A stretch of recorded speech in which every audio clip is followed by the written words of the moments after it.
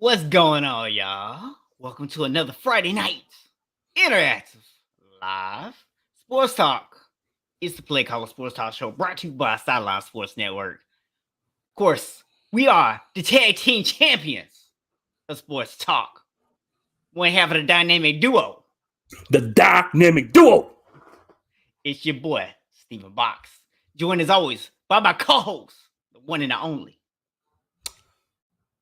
I am the play caller. He's a play caller. Don't be trying to like take our title and do it like that because we are the play caller. The play caller first.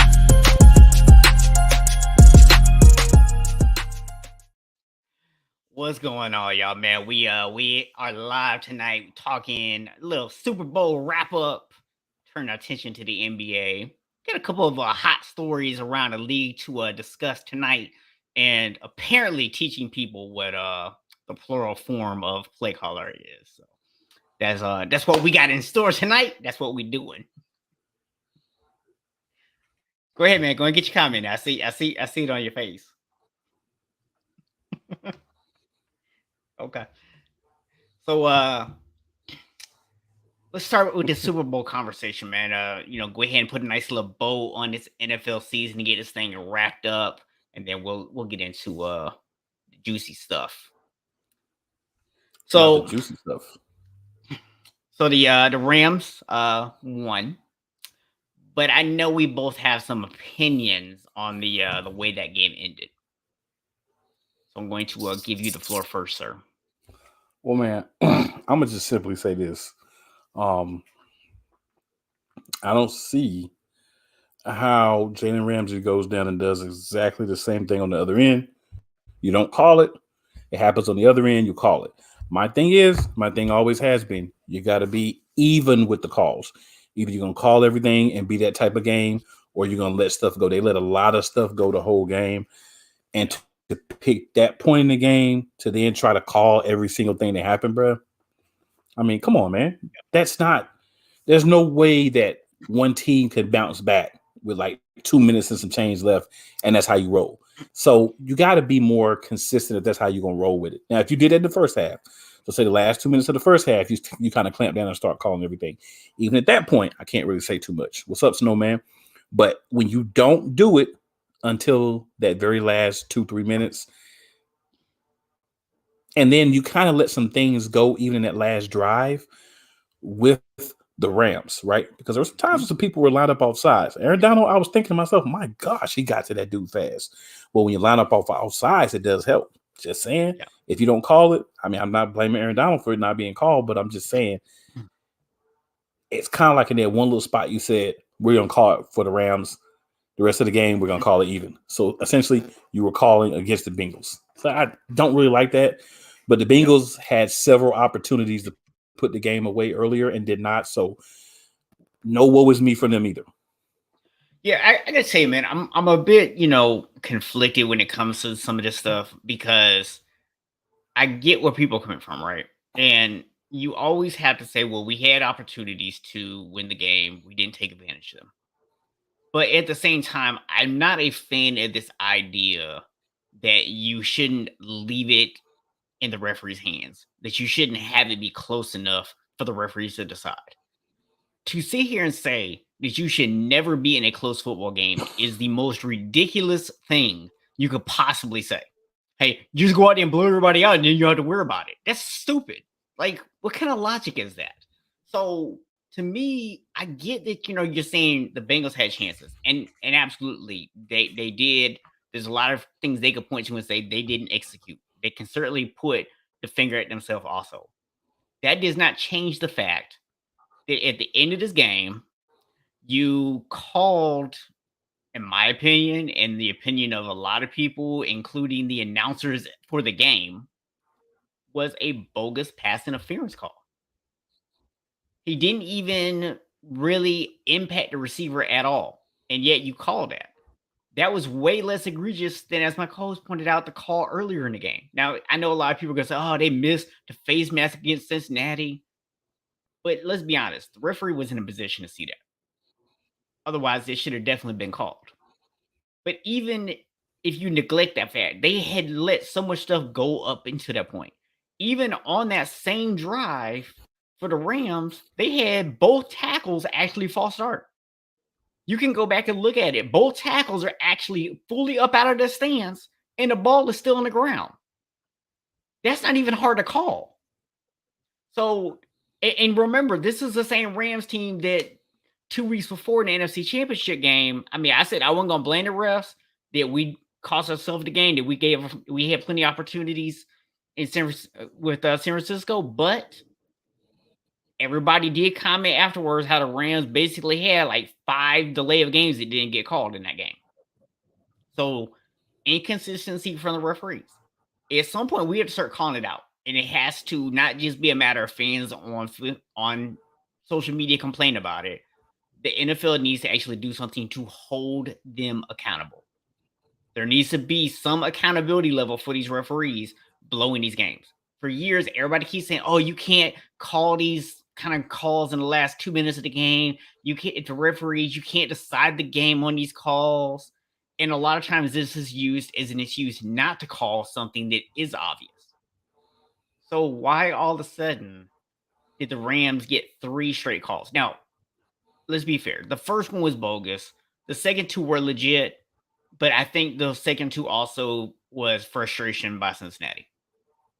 I think they lost their cool and they're to blame for that. But that first one was bogus. It should never happen. It should have been 4th down. So that's my thoughts on that. I mean, the egregious, and I will acknowledge egregious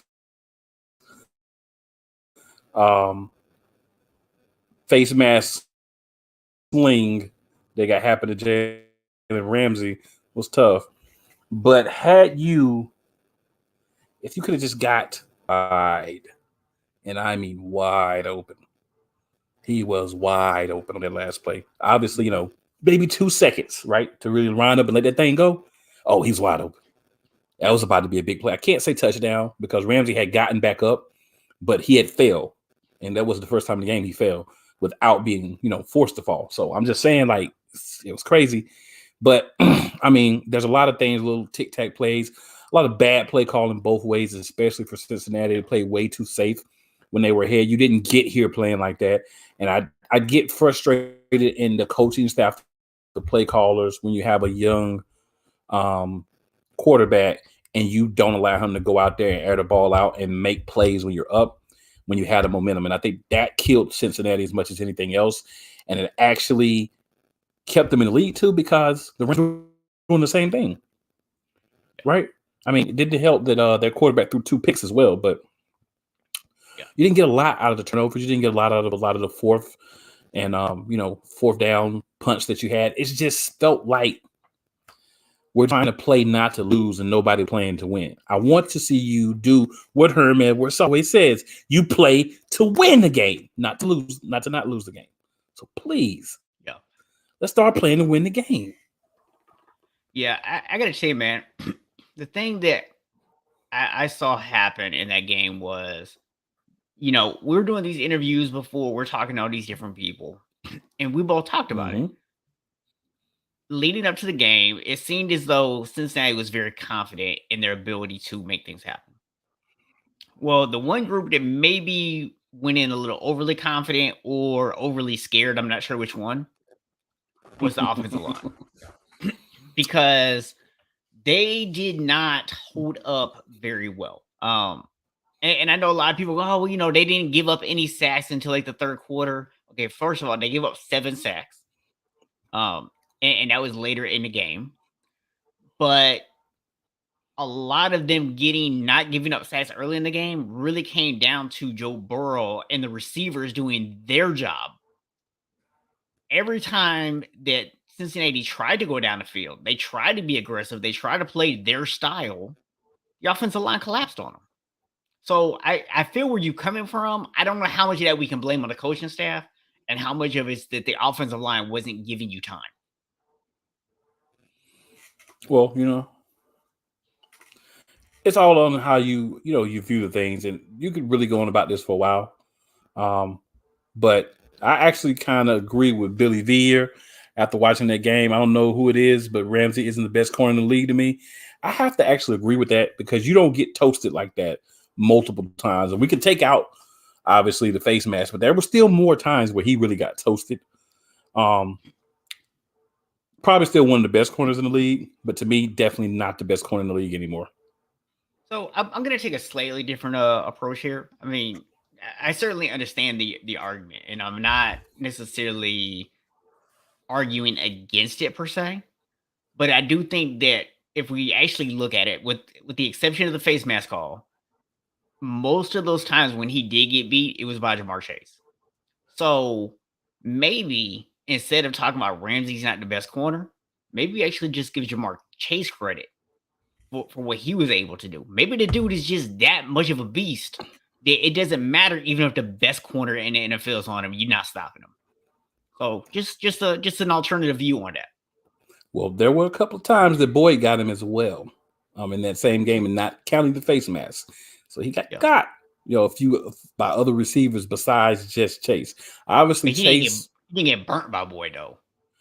but he did. Well, Boyd had a slot route that he ran on him on one play where he had him, but Burrow couldn't get the ball out because he got sacked. But he had him burnt. He cut it. He faked out, cut in on him, and he was going. And there was nothing that Ramsey was going to be able to do. But again, like you just talked about, a couple of those got erased by the play of the poor play of the offensive line. But there were some times where he got dealt with by more than just Chase. Now, most of them were Chase, but to Billy V's point, there were some other guys that got him too. And to me, the best corner in the league, I'm not saying that you can never get burnt. If you only got burnt by Chase, I'm not even having this conversation because clearly Jamar Chase is a monster. And I do agree with his second comment, his whole body of work during the season. And I was actually going to get to that. So I appreciate you kind of going where I was going to go with it. I don't feel that he had a season that was subpar whatsoever. But at the end of the day, I would simply say this way. If this was the only game that these things were happening, then you don't have a lot of really a foot to stand on. Super Bowl, you can be a little nervous. But I feel like throughout the year, there were a lot of times, Debo was one of them, other guys as well, where Ramsey was a guy a couple of years ago where you say, oh, Ramsey's over there, we're not going to throw over there. Now we're seeing a lot more of people challenging Ramsey and putting the ball to the receiver that's on his side. And they're not as concerned with going away from him when he moves around in a formation anymore. There was a point where it's like, all right, wherever Ramsey's at, we're going to try to go away from him. I feel like now more teams are like, even, your 49ers, we're going to throw it at him and see what happens. So I think that's an indicative point about that as well to me. Yeah. I mean, I don't necessarily disagree with what you're saying. I'm just going to say until we have a definitive person to put in that place, I'm not necessarily going to take him out of it. But I'm not disagreeing with any of the points that you're making. Hey, we can put in big play slay. Let's go. So we have another question that actually popped up in the chat over here. This is not NFL related, but I'm going to just throw up on the screen, and we'll actually come back to this when we start talking a little NBA. We'll actually come back and answer this. So I'll pull it back up a little bit later. But just so you can actually see this and be thinking about how you might want to answer it when we come back to basketball, I wanted to make sure you got a chance to see that. Oh, I saw it. Yeah, I will go ahead and I'll start that so it'll be easy to get back to. So yeah, absolutely. So I mean that's kind of really it with the Super Bowl, man. I mean, at the end of the day, yes, I feel like the referees had an impact on the game. I felt like there was a lot of other things that happened, but you know what, man? Give the Rams credit. They went out there, they made the plays they needed to make. They got the job done. For all the conspiracy theorists out there, I did find it a little bit funny and a little interesting that little animated commercial they did started off with Aaron Donald getting a sack, and then the little kid goes, Super Bowl champions again. And how did the game end? Aaron Donald getting a sack. Well, man, I do have to say one thing. I have to apologize to Matthew Stafford because all year I had been on him and saying how he was never going to be able to win the big game and he was going to blow it for his team. So while he did have some turnovers, he made a lot of big plays. And he obviously did enough to win the game. Um, he threw 3 touchdowns, so I have to acknowledge that he played better than I anticipated him playing in the Super Bowl. I wasn't surprised with either one of the turnovers.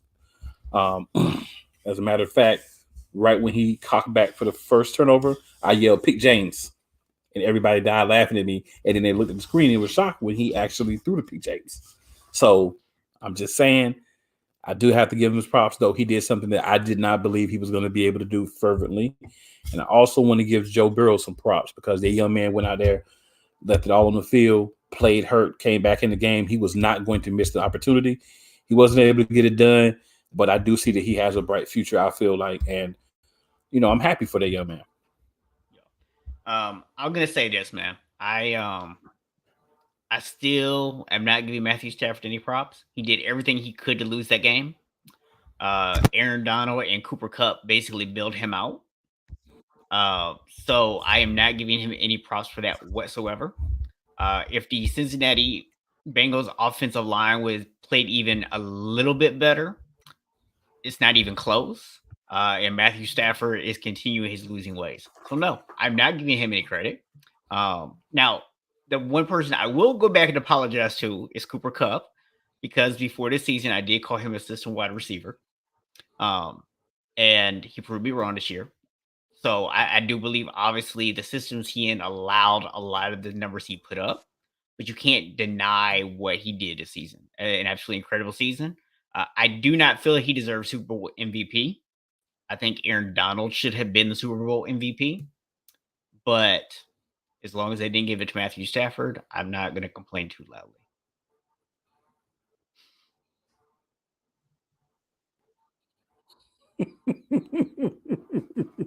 Now, for sure. Yeah. I'll finish that with a point blank dot, period. So what we're gonna do, man, is we're gonna come back and we're gonna talk a little NFL later. Also, a couple of stories that we definitely need to touch on. I'm gonna do just a quick 20-second break here, and when we come back, we're going to talk basketball and including answering that question that we have pop up.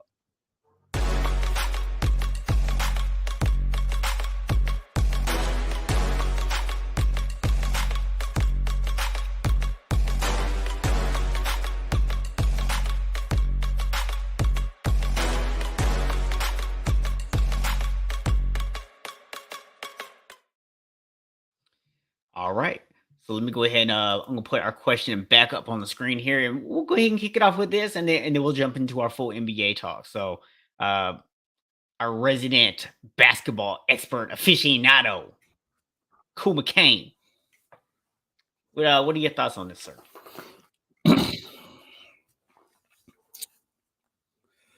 So, EuroLeague has what? We'll say probably, and just wild numbers, we'll say probably 10% of EuroLeague players are going to make it to the NBA, right? That's, I think that's a reasonable number. So if you have to be the very best in the EuroLeague to get to the NBA, how do you think you're going to be able to beat a team full of NBA players when you needed when only your very elite players can even make it through that door? Basically, what I'm saying here is you take any of those EuroLeague or Oklahoma City and you see what happens. I'm going to tell you what's going to happen. They are going to get pimp slapped, pimp slapped, pimp slapped, pimp slapped. That's what's going to happen. So understand this, and understand this very, very well. These are NBA players. They're not as good as the top tier NBA players. EuroLeague players are not as good as these guys. Okay? Every team can't be on the top of the NBA. Every team doesn't have LeBron James. Every team doesn't have, Dwayne Wade when he was playing Nikola Jokic, Giannis Antetokounmpo.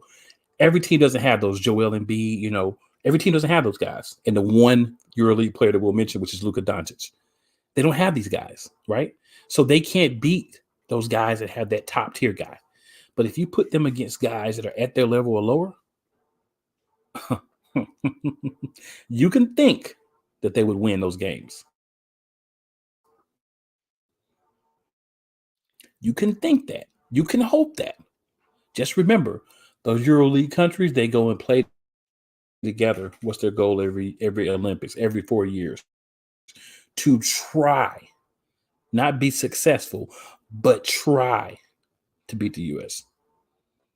So you can believe that if you want. You can hold that hope deep down within your heart. And that can be what makes you happy at night and makes you cuddle up in your blanket and so ever. So now let me ask you this, man. So, in college basketball, we see this, right? So you get to the tournament and you'll see a 16 seed beat a 1 seed, right? And that's 1 seed that has clearly superior talent, right? So sometimes you get guys that play together for a couple of years, the chemistry's there versus maybe a squad full of one and dones, whatever, right? So you see these kind of upsets happen. Do you see a possibility here where like one of these teams could maybe just get a lucky one off against one of the really bad NBA teams? I'm not saying suggesting they would win a series, but just a one-off game. Is it even possible? So to quote Kevin Garnett, anything is possible. The probability of it happening, very, very low. And the reason is, Fair enough. again, you think about this too, though. Detroit, Orlando, Oklahoma City. They're not all just a bunch of one and dones that have only been in the league 1 or 2 years. They have veteran guys on these teams too that have been around and have instilled some of that knowledge into these young guys. They're just pulling it together. So it's a probability, very low probability, but it is a possibility. Yeah. Fair enough. Fair enough. All right. So with that, man, let's go ahead and move into our NBA discussion. So I know you got some opinions on the All Star game that you would like to share with us this evening.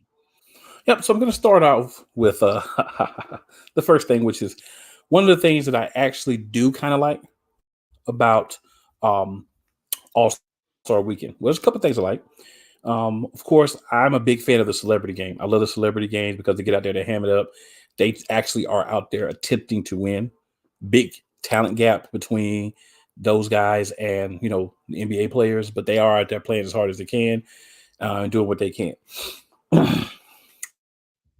Won't get to watch that because it's on right now, actually, but that's okay because this is the play callers, and this Your is your about your sport. internet actually broke up really bad there. But one of the things I do like is the Rising Stars game, the changes that they made. So they did 4 teams. Um, okay. What's the last thing you heard? So you Can you hear seem to me? be having some issues because your Can you hear me? sound and your face are not linked up.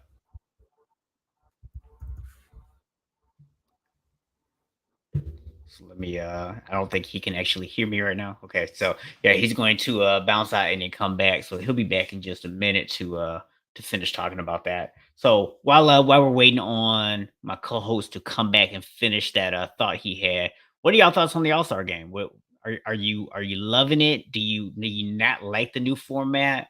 What do you like about it? Let us know in the comments what your thoughts are. See cool logging back in here. So all right. I went ahead and left it for you so you can finish your thought there, sir. All right. So can you guys hear me now? Yeah, we can hear you. You were just breaking up really bad, Okay. and you're No still not worries. synced up. Your face and your sound is not linked up. It is what it is. We live. Things happen. But one of the things that I do like about the Rising Stars game, you got the 4 teams. So you got Team Barry, Team Isaiah, Team Peyton, and Team Worthy. So what you have is You have rookies, 12 sophomore players, and then 4 players from the G League. They've all been split up in the draft, one G League player on each team. Two teams are playing against each other. They play to 50, so it doesn't matter how long it takes. It doesn't matter, whatever. It's only who gets to 50 first. Then the winner of those 2 games is going to play to 25, and that's going to be who wins that. So I think that's innovative for that game because it gives it a different look. Um, what they've done with the skills challenge, just a 3-team type format. Not even going to really go into it. I'm just going to say not really a big fan of it. I liked it more when it was just individual guys. Obviously, we still have the 3-point contest and the dunk contest, which I think 3-point contest, dunk contest, and the Friday night events are, the things that I'm more excited about than actually watching the game. We've talked about the format in the past, so I'm not going to go back over the format again. I'm just going to simply say I'm not a fan of the draft part of it. I don't like the way it's done at all, really, but the draft is the biggest thing for me. You've got the East, you've got the West. Let them play each other, put something on the line for them, and let's actually have a game. Where other league do you really go to and you just have, we're just going to draft people for the All-Star game? It's just, it was novel for a year or two, but it's just not the move. It needs to change. It's to me, it's garbage. To me, it's we're doing anything we can to try to get a couple more people to watch, and they're not watching. You're basically taking people who really like the game for what it is and telling them we don't care what you want.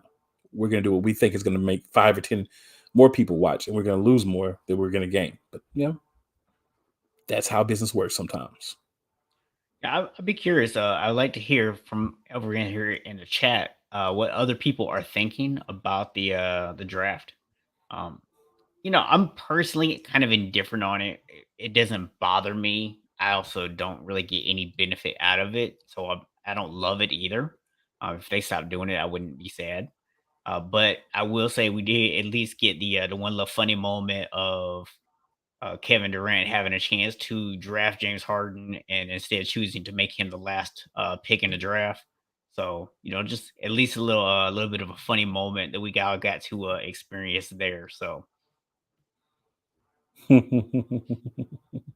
Yeah, that was a funny moment, and I'm not gonna front.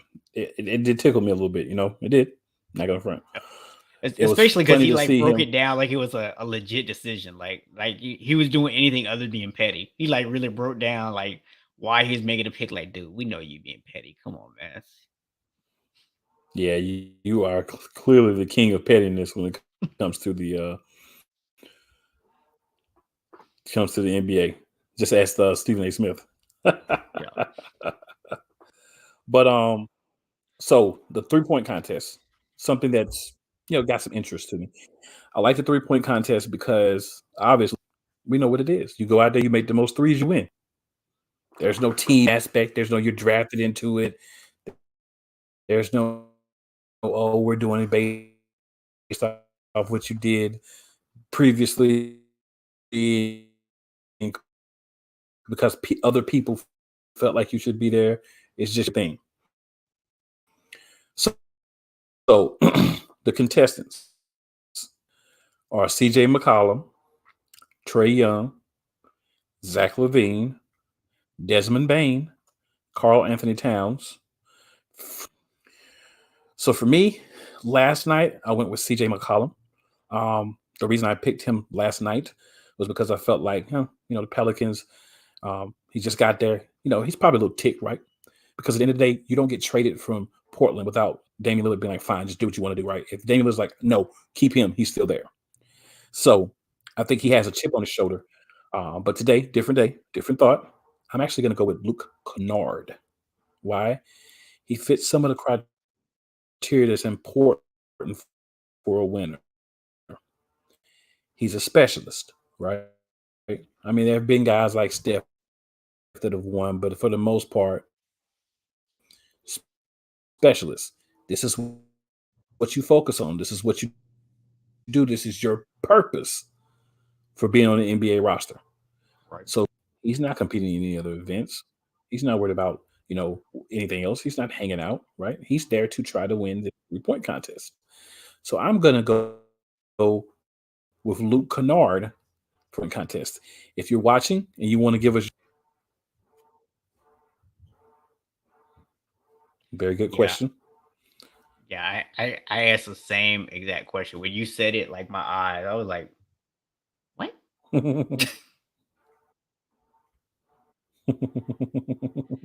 Yeah, that one doesn't make sense. Yeah, I like the Kennard pick, man. I think that's a good one. I think another guy just because he has that quick release, uh, is Trey Young. He's another guy that I think has a pretty good shot at actually winning. Yeah, yeah, definitely. I mean, if you look at this list and you don't say Trey Young has a chance of winning, then you're crazy. Yeah, Straight up, you're just crazy. yeah. So what are your thoughts on the dunk contest? I mean, not just this year, but just in general. Like, are you So even the excited dunk, about the dunk contest? Honestly, I actually am this year. I okay. haven't been too interested in it because we haven't had a lot of the best dunkers or the high flyers really get involved. But this year, we actually going to have some of the young guys that got some rise in their legs, some spring in their step, getting in there. Mhm. So this year, the dunk contest is four people. So I feel like it's not enough people, um, really. But that is what it is. Um, Thankfully, we don't have a hometown guy, and hopefully, and this is a direct shot at one of my favorite players of all time, Dwayne Wade. Hopefully, no one that's judging the contest is a former player of one of the people that are actually participating. Because yeah, Wade, you're dirty for that. You always will be dirty for stealing that from AG because you did that. But yeah, you got Cole Anthony, you got Juan Toscano Anderson. You don't see a lot of him, but he is a high flyer. He's with Golden State. You got Obi Toppin. Everybody know where he at, New York. And then you got Jalen Green. So the thing is, Jalen Green got springs. He's raw, but he got springs. Obi Toppin, dad, brother, fam, flyers, springs all day. Cole Anthony is a guy that actually shocked me when he got to Carolina with how good of a jumper he was, as a point guard. And then Juan Toscano Anderson, is like I said a few minutes ago, man, you don't see a lot of him. He doesn't get a lot of minutes, but he can fly too. So you're going to get four guys that should be able to be very creative in this game. They should be able to make this as exciting as you can with four people. We need to go back to the real format and have like eight people and stop playing. But at least we got 3 to 4 dudes who really can jump and should be able to give us a good show. I'll go ahead and give you my pick too. That's going to stay the same. Okay. I'm picking Obi Toppin. That's my guy, Obi Toppin. Okay. So y'all heard it now. If Obi Toppin wins, make sure you credit my co-host over here, Receipts. Cool Receipts. Madamus. Cool Stradamus. I'll probably be wrong. Hey man, we're all wrong sometimes, man. But you gotta do what you gotta do. Yes, sir. So I'm assuming they're still doing the the whole thing with the fourth quarter, like what they've done the last couple of years. They're not changing that at all. Yeah, I think it's a big of a catch-22, right? The first year they did it, I think it actually made the fourth quarter really exciting. It didn't do anything for the first three quarters, but it did make the fourth quarter exciting. I don't feel like it had the same impact last year.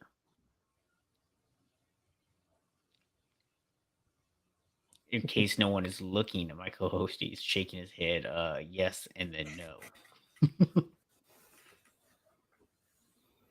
So yeah, I don't know, man. I guess the one thing you got to give the NBA a little bit of credit for is they're willing to try different stuff. If something doesn't go over particularly well, they'll generally change it, but it kind of depends on how married they are to it. Um, for example, one thing that they should go ahead and do away with is this nonsense where you can be in the 10th seed and still competing for a playoff spot. This whole idea of the Oh, playing thing, that's yeah. horrible. Just So stop. the way you feel about the playing, that's how I feel about the All-Star game at this point. Yeah. Because my thing with this game is, bruh, already for years we know that they haven't really been playing. You know, I'd have to agree with several people that have said that back in the early 2000s was when it was the best, right? When you had people actually competing. And let's be real, even when the East had down years, they still had enough guys where they could put out a team that could at least challenge the West. They never were like the West has the best 14 people and the East is just garbage. Now, team wise, yeah, but we're talking about the All-Star game. It's the best players. So my problem, All-Star game, couple things. I think the fan vote should be a piece, obviously, because you want fans to tune in and see who they want to see. But there should be maybe just a couple of spots that the fans are able to choose and not the starting five, right? Because a lot of years you look at the starting five, and this is definitely one of those years. I'm not calling out anybody. I'm just going to say where you see a guy starting, you're like, how in the world is he starting? Not how did he make the team, but how in the world is he a starter, right? So I'm just going to say, like, I think maybe instead of the fans voting on the top five, maybe they pick the top 2 or 3, right? In the East and the West. And then the thing is, you're picking your top 10, right? But they're not even really starters because it's a stupid draft. So if Kevin Durant doesn't like him and LeBron doesn't like him as their first 4 picks, they still don't start anyway. So it's like, what's the point in having starters if you're just going to do that? If you're going to continue this format, you might as well have the top vote getter from the East, top vote getter from the West, and just fill out the rosters, right? Because you're saying, oh, he's a starter, but they're not. They're a starter if Durant or LeBron likes him. As long as those 2 guys are in the league, they're going to be the starters. No one's going to vote anybody over Durant in the East. Sorry, Sixers fans. And nobody's going to vote anybody over LeBron in the West. Sorry to multiple teams fans. Yeah. So it's like pointless. There's so many things that I feel like negatively about the All-Star game that I'm going to be honest with you. Unless I'm going out with some friends or somebody hit me up and say, hey, bro, you want to watch this game? I can find something else to do. I can watch a replay of a game. I could probably find a men's or women's college basketball game on it. It'd be more exciting to me than watching the NBA All-Star game. Yeah. All-Star games to me have really got to a point where they're not even fun to watch on TV. And this isn't just the NBA. This is pretty much, going across the board. I think every league seems to have issues with their All-Star game. And, I think they're kind of things that are really made for people who are going in person. There's a lot of festivities around, a lot of opportunities to go meet some of the players, do some different things like that. And so I think that's really what All-Star games and weekends have become. It's no longer really about being good television, because the product that actually gets out on the court isn't that great. And I know some people don't want to hear that and they're not happy about hearing that, but it's facts. And for those of us that maybe, we're a Yeah, little bit it old, is. in our 40s, we saw real competitive All-Star games. So I'm sorry, you're not going to convince us that guys playing hard for 1 quarter is a good game.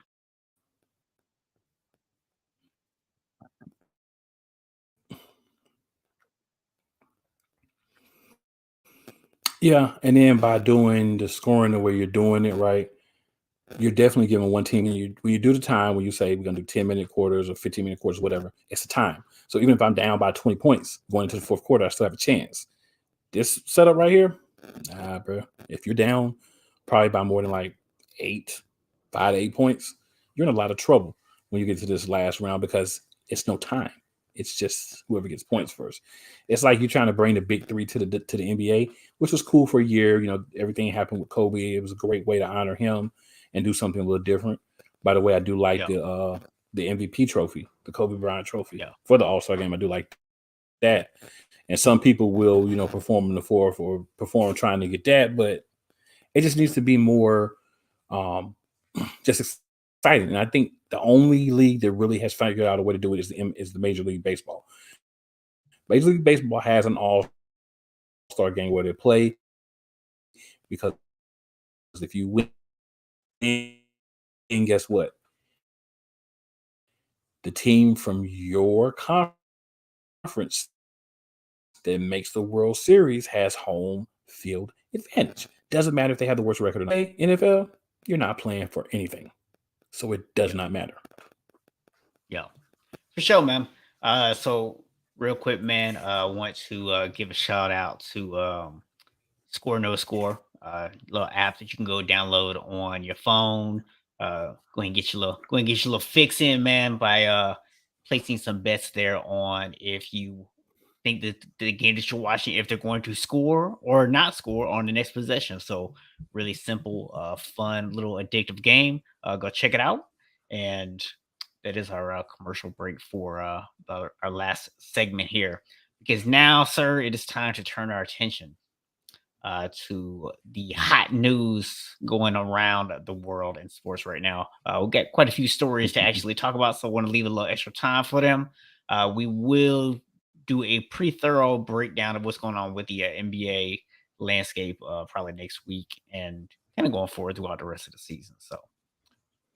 So jumping back over to the NFL, obviously the big story right now is quarterbacks.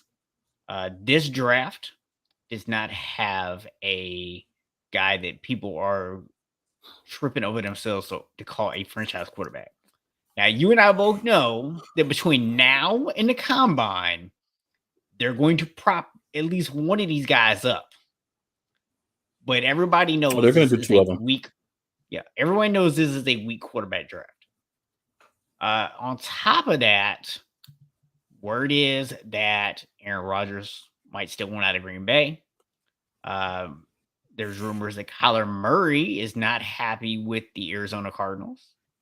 I just want to Russell stop right there Wilson. at the Kyler Murray. I just want to stop right there and say that's a little bit more than rumors. Kyler Murray has deleted all traces of the Cardinals from his Twitter and his Instagram. So I think it's a little bit more than just rumors, but we'll see if it works itself out. Yeah. But yeah, I mean, hey man, according to Andrew Hopkins, he's just getting rid of old photos so that way he can show his new hotness for next season. So we'll see. But we all heard, of course, last year the rumors around Russell Wilson possibly going in out of Seattle. So be possibility that might kick back up this offseason. Don't forget, we still have the unresolved issue with Deshaun Watson.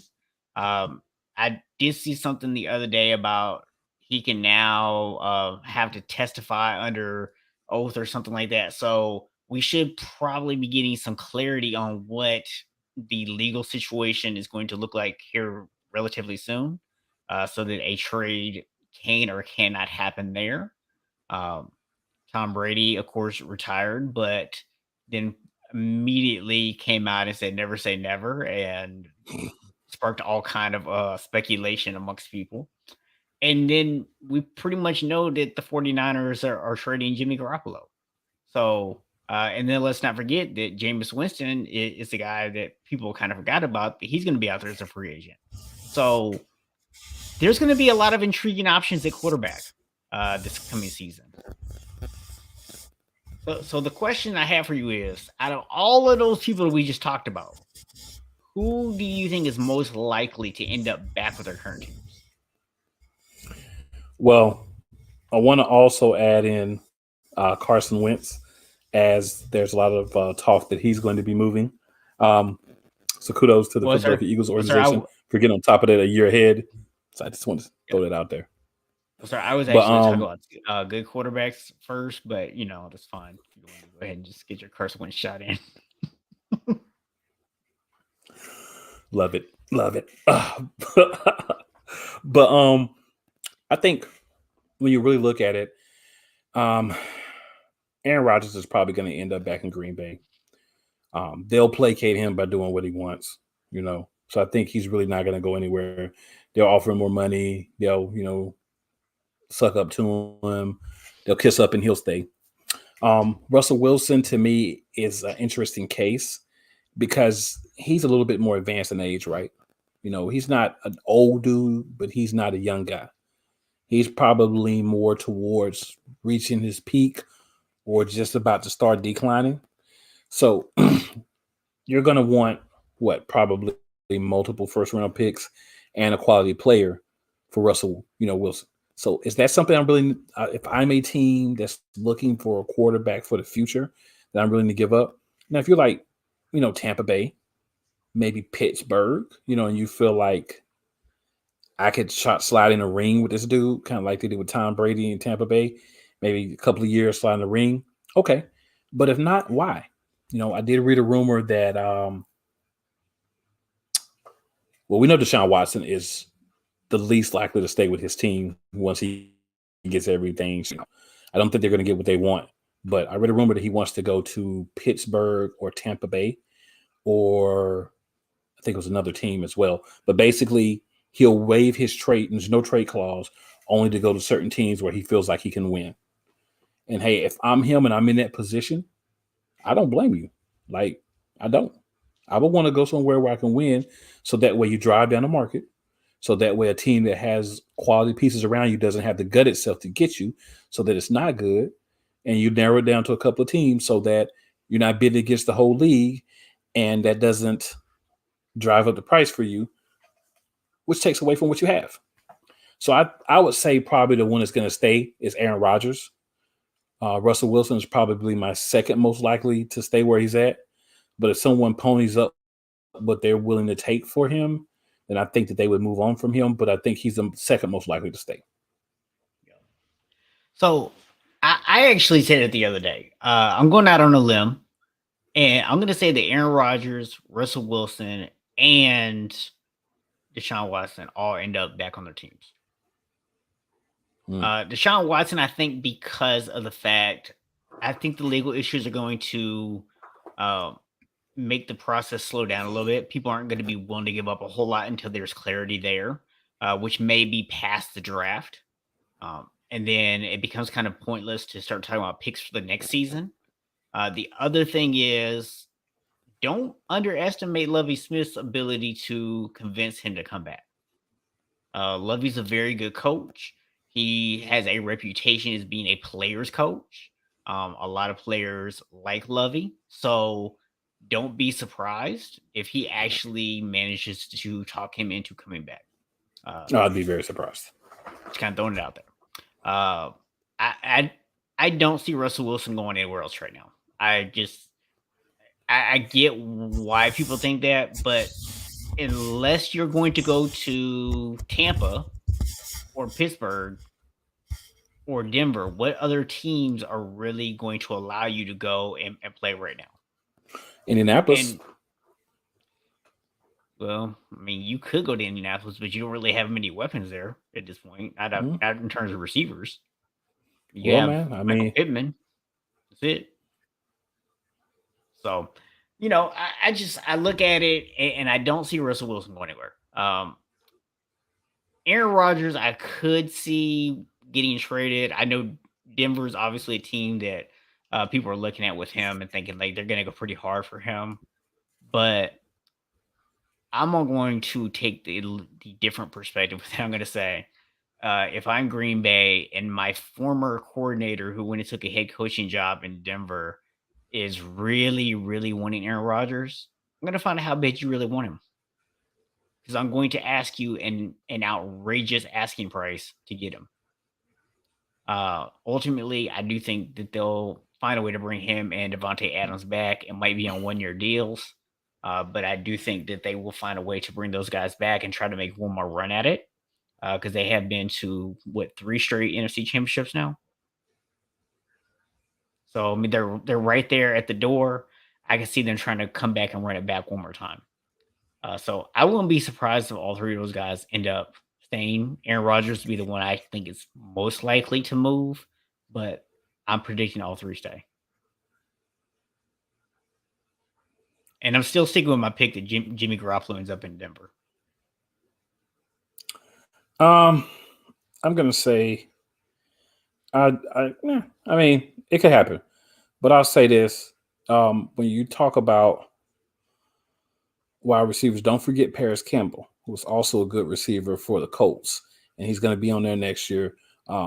T.Y. Hilton, he's there, but obviously, T.Y. is not who he was a few years ago. But then Mo Alley Cox, like 3 running backs, a couple of them catch out the backfield. So you got a pretty decent team.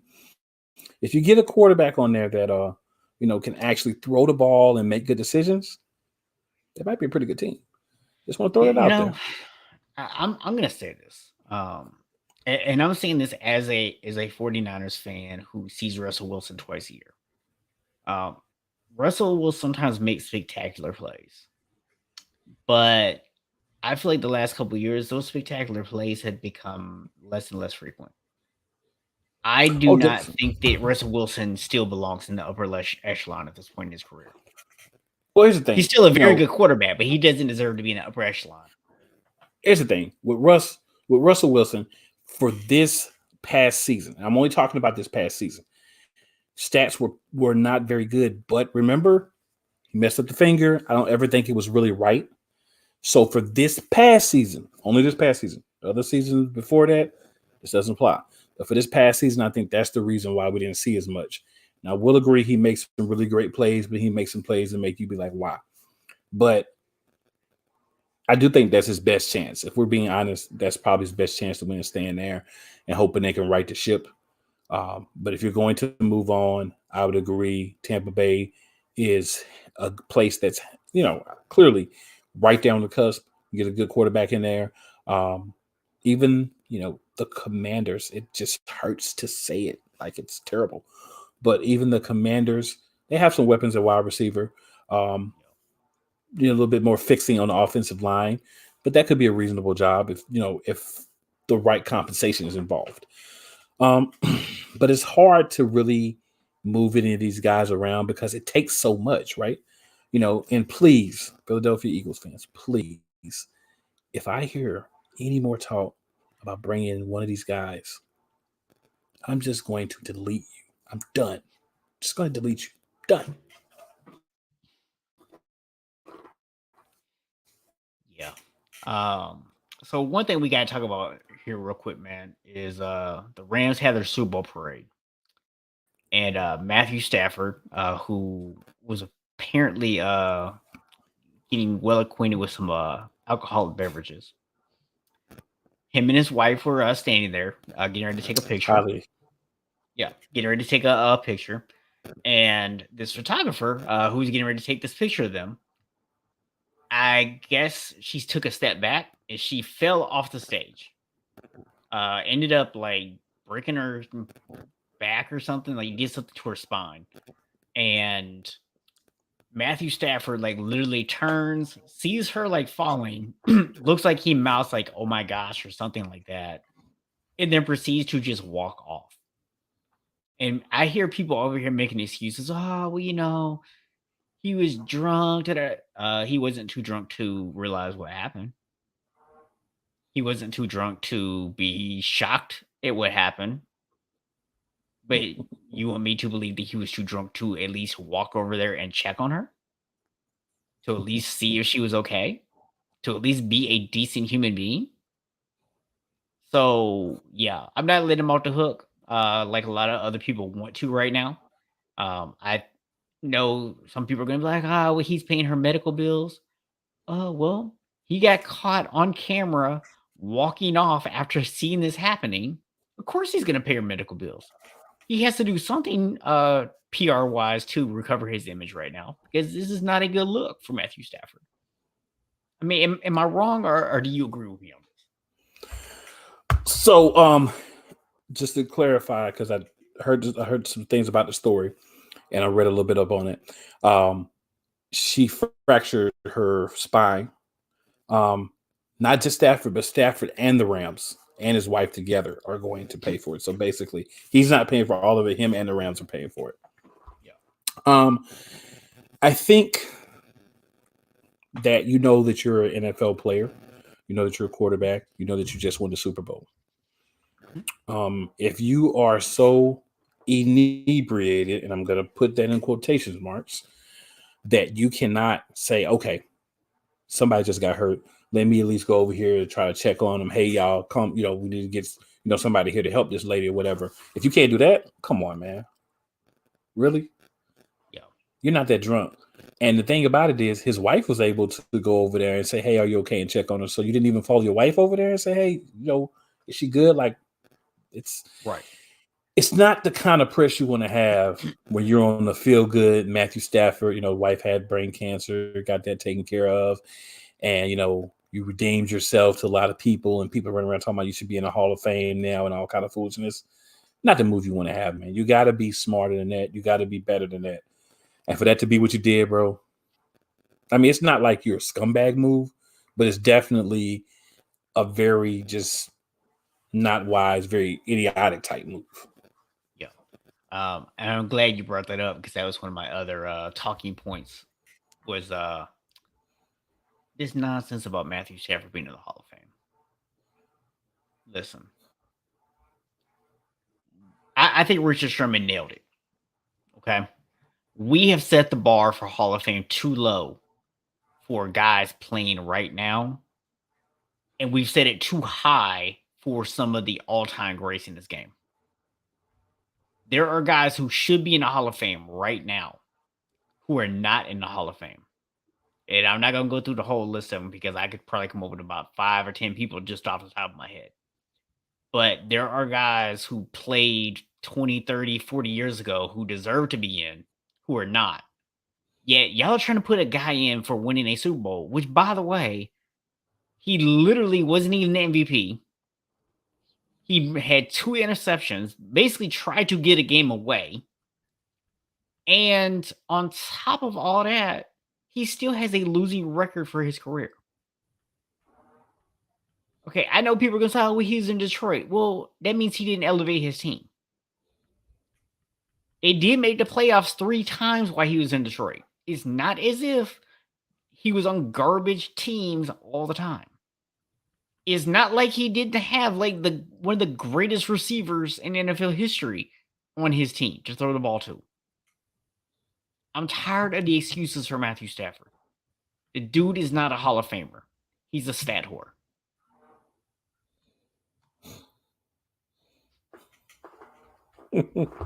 Stat whore, huh? I mean, I'm just gonna simply say it like this: Matthew Stafford's an okay guy. He's not trash, but he's not anybody that I feel is a Hall of Fame worthy quarterback at this point in his career. Right? He's one of those people where you say he would go in the Hall of Very Good. Yeah. And that's where he should stay. And it's not a bad thing. Like, everybody can't be in the Hall of Fame. Exactly. Like, every single player that has a good game or okay game or wins a Super Bowl and has ridiculous stats on trashy teams does not belong in that sports Hall of Fame. Right. It's just not what it's for. There are some guys who are going to get in, but it's okay for every guy to not get in. Okay? Yeah. It's okay. It's okay. It's Trust perfectly me. okay. Hey, relax, breathe. All right, man. Final 2 minutes. Quick thoughts on college football committee deciding that they're going to stick with the 4-team playoff for at least the next 4 years. Trash juice. Yeah. They definitely put their feet up on my rug and grinded them all up in my couch because this is a horrible, horrible decision. They're trying to use this excuse of it's going to buy them some time to be able to figure out a better way to do it. It's not complicated. You put all of the conference champions in. You have one at large. 6 teams. Let's roll. If you want to go to 8, we'll have 3 at large. Let's go. Trash juice. You can go to 8 and have a power or have a non-power 5, the conference champions, and 2 at large. I just solved your problem for you. It took me 30 seconds. We don't need 4 years to figure this out. Trash juice. But if you trash juice, you do. Yes. Well, they should hire us. They really should, man. They really should. But they won't because we're not trash juice. But here's the thing, man. If you want to know what else we think about this or anything else, including everything that's going on in the NBA and our thoughts on the NBA All-Star weekend after it happens, you got to come back here next Friday night at 7 p.m. Eastern Standard Time because that's it. We're out of time. Holla at y'all. The The play play callers. callers.